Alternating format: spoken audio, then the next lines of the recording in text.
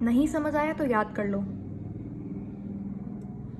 और ये याद करने वाली चीज़ है, जब भी हमारे पास ऑक्सीजन स्टेट जो है वो +3 होगी तो फेरिक होगा, +2 होगी तो वो फेरस होगा। तो यहाँ पर ऑक्सीडेशन स्टेट +3 है तो ये फेरिक है, ठीक है, दिस इज़ फेरिक। अब हमारे पास क्वेश्चन पे आते हैं। तो वो कहता है 10 moles of iron produces 5 moles of ferric oxide.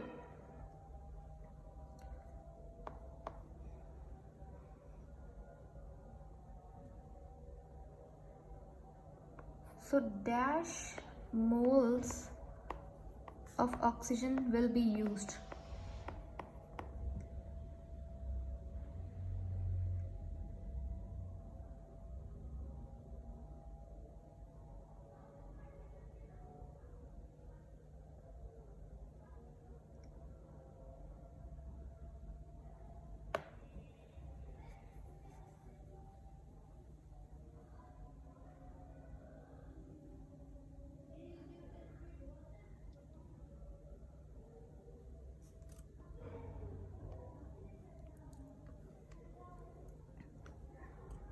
ये क्वेश्चन हो रहा है किसी से या फिर हम करें, मुझे नहीं पता ये क्वेश्चन का आंसर क्या, क्योंकि I just made it.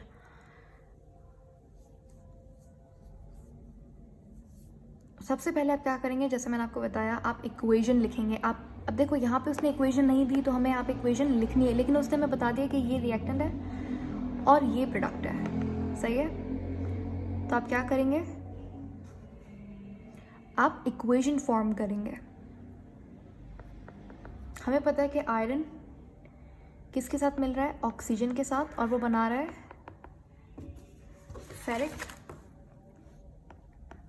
Oxide, सही है। तो आप मुझे बताएं कि यहाँ पे आयरन का मोलर मास क्या है। क्या आप अब बताओगे मुझे कि आयरन का मोलर मास क्या है, या फिर मैं कोई गलती कर रही हूँ यहाँ पे?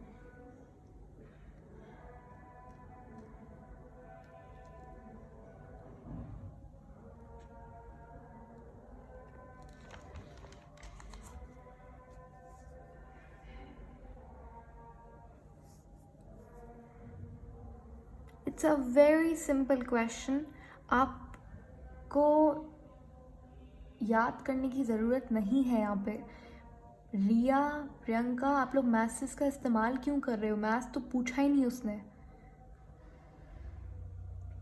जब मास का जिक्र ही नहीं किया तो आप मैथ्स में क्यों पढ़ रहे हो? यहाँ पे आपको आयरन जैसे एलिमेंट, मतलब वहाँ पे मत जाओ, अभी स्टेप बाय स्टेप चलो। जैसा जो मैंने पूछा है पहले उसका जवाब दो। कि यहाँ पे अगर मैं बताऊँ कि आयरन का 1 मोल है और इसका 1 मोल है, इसका 1 मोल है, तो is that right? No, it's not. मैंने अभी आपको बताया उन स्टेप्स को फॉलो करना है, दैट्स इट। आपने सबसे पहले क्या करना है, इक्वेशन लिख दी तो हमने कर ली। सेकंड, आप अगर यहाँ पे बोलोगे 1 मोल है 1 मोल है, तो दैट विल बी रॉन्ग, क्योंकि सेकंड स्टेप मैंने बताया था आप इक्वेशन को बैलेंस करोगे। ये इक्वेशन बैलेंस है? बिल्कुल भी नहीं। तो पहले आप इसे बैलेंस करो। चलो मुझे बताओ आयरन के कितने मोल्स होंगे? यहाँ पर आयरन 2 है, यहाँ पर आयरन 1 है। ऑक्सीजन कितना है? यहाँ पे 2 ऑक्सीजन है, यहाँ पे 3 ऑक्सीजन है। तो आयरन का यहाँ पे कोफिशिएंट क्या होगा? इस इक्वेशन को बैलेंस करें। बैलेंसिंग आती है, बैलेंसिंग सीखनी पड़ेगी, क्योंकि स्टोइकियोमेट्री के लिए बैलेंसिंग बहुत इंपॉर्टेंट है।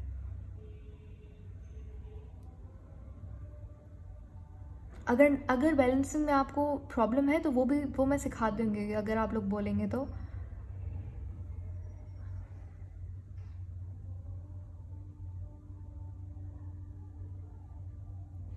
What have you asked?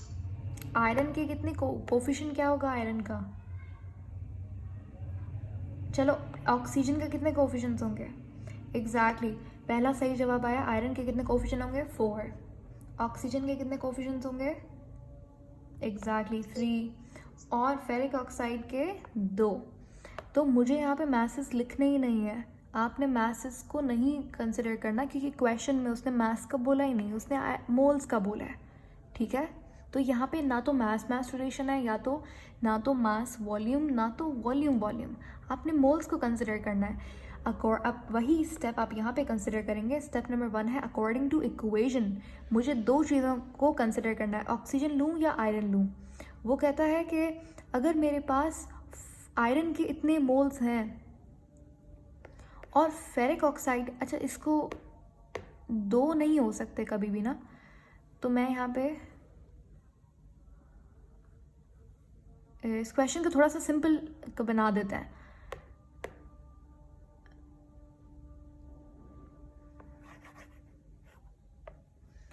Ten moles of iron produces 5 moles of with 5 moles of oxygen produces how many moles of ferric oxide. Now this is more simpler.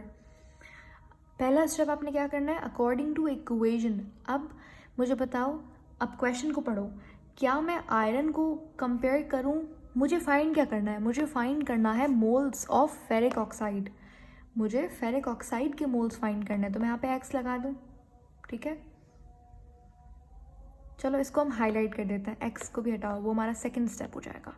हमें ferric oxide को consider करना है. और दूसरा उसने हमें, अच्छा अब यहाँ पे देखो, इसने हमें आयरन के भी मोल्स दिए, हमें ऑक्सीजन के भी मोल्स दिए. अब मैं आयरन को लूँ या ऑक्सीजन को, यहाँ पे आप कोई भी ले सकते हो.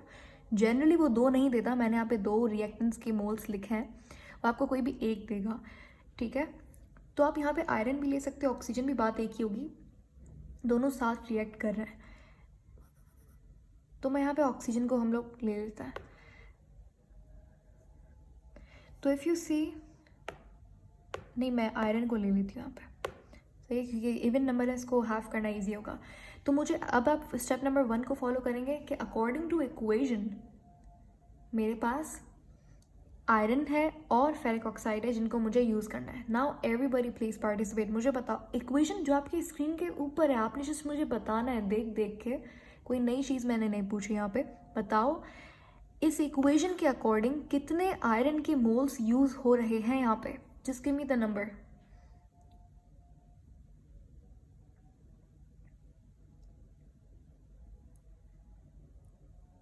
कितने आयरन के मोल्स यहाँ पे यूज़ हो रहे हैं? 4. सही है. और फेरिक ऑक्साइड के कितने मोल्स हैं? 2. तो एक चीज़ हमें पता लगती है कि 4 मोल्स आयरन के बनाते हैं, 2 मोल्स फेरिक ऑक्साइड के. उसने हमें बोला है कि अगर हमारे पास आयरन के मोल्स 10 हैं तो बताओ फेरिक ऑक्साइड के कितने मोल्स होंगे. तो क्रॉस, यहाँ पे ये मैंने x लगा दिया, आप करेंगे यहाँ पे क्रॉस मल्टीप्लाई.